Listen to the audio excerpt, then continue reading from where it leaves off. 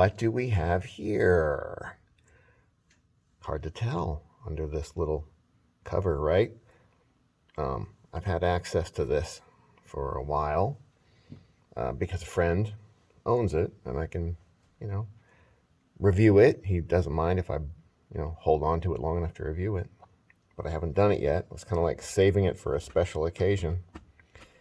Then I noticed that I just hit 250 subscribers. So I'm like, good a time as any. Let's review a personal grail of mine. Like, someday, maybe I'll own one of these. My wife just got me a hinderer, and that's, a definite grail. This one's kind of like that next level grail, though. So, without further ado, Conigarius. It's just one of those crazy knives that it's almost like a mythical to me, Look at that texturing. That's insane. Just crazy.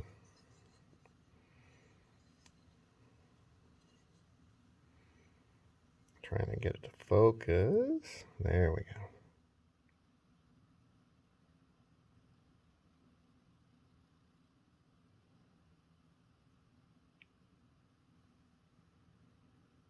Like the underside of a Star Destroyer flying over your ship before it puts the tractor beam on you.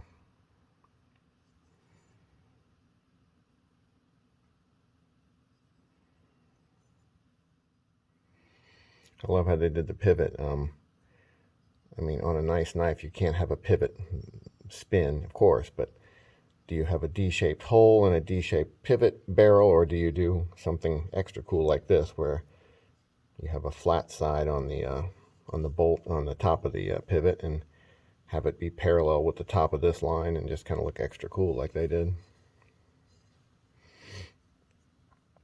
The blade is very tall. It's a very tall blade. What can we compare it to? Most people consider these blades pretty tall. These are pretty tall blades. We got this Spartan. We got the Spidey Chef. We got a...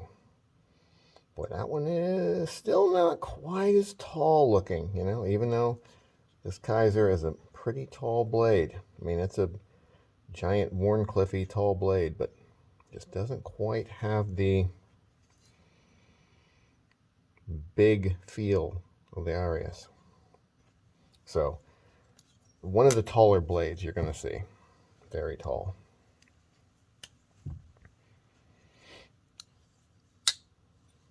Listen to the sound.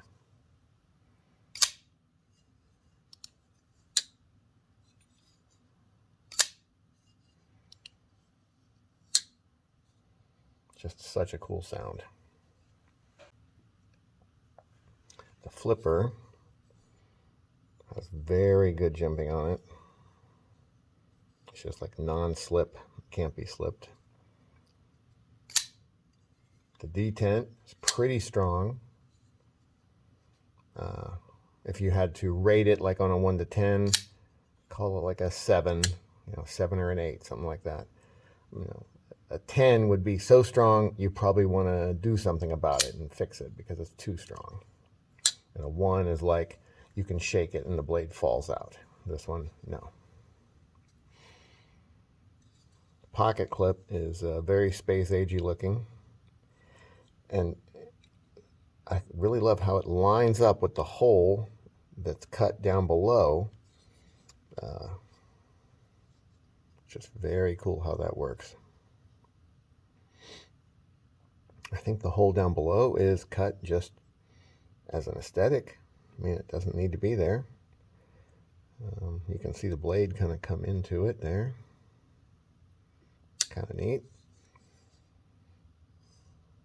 I love how that really cool milling they have also comes down into the relief cut for the lock bar. That's very neat.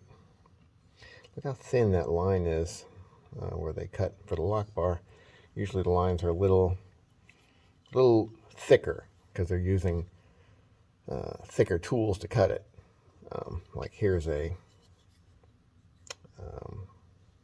cheap Chinese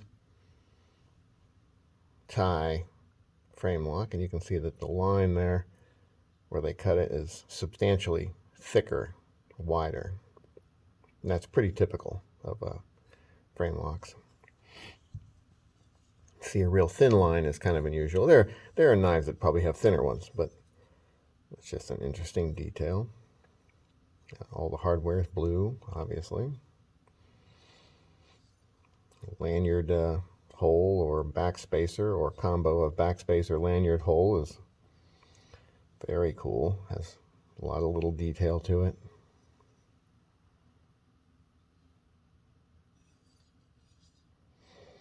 The blade, of course, dead centered.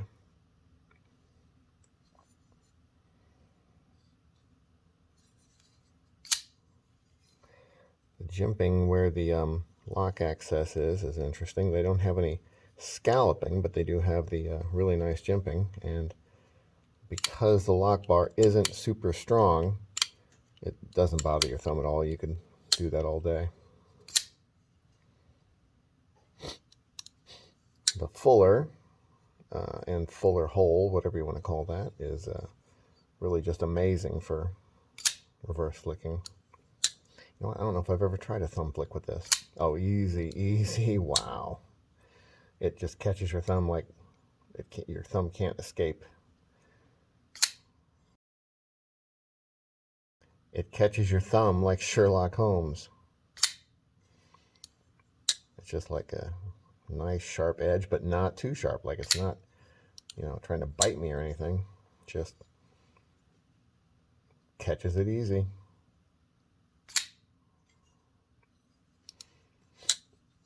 I've seen some other ones that had a little bit different flipper tab shape, like it comes down to kind of a point and then comes up. Yeah, I don't know which one I like better. This one's cool, but the other one looks neat too. Kind of more like this one, I think. I guess a little bit, kind of coming down to a point and coming back in. That Rook may be kind of inspired by the Arias, maybe. The sound of this is just crazy. We're going to do one more. All right, let's listen.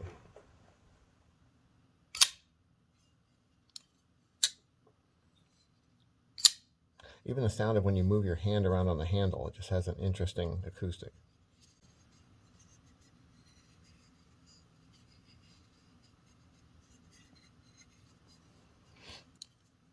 This cutaway in the back, can you see that? There's like a scalloped edge on both sides of the back of the scales, frames. And that's so that as you pull this down, your finger has even more access to push it down in as far as it can, so it can flip with the most authority. And it flips with a lot of authority. It's one of the coolest knives I've ever handled, for sure. I definitely want one someday, but, the price, it's a little restrictive, of course. I have no idea what they're going for. I think they're around 800, 900, 1,000, something like that.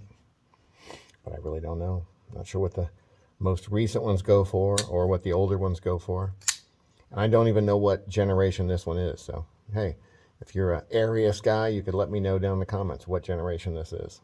Because I didn't ask my buddy what it was before I brought it into the studio.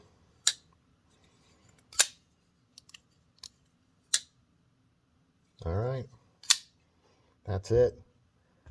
I'm really happy everybody subscribed so that we're up to 250. Hopefully I can bring you more cool stuff like this going forward. Have a nice day.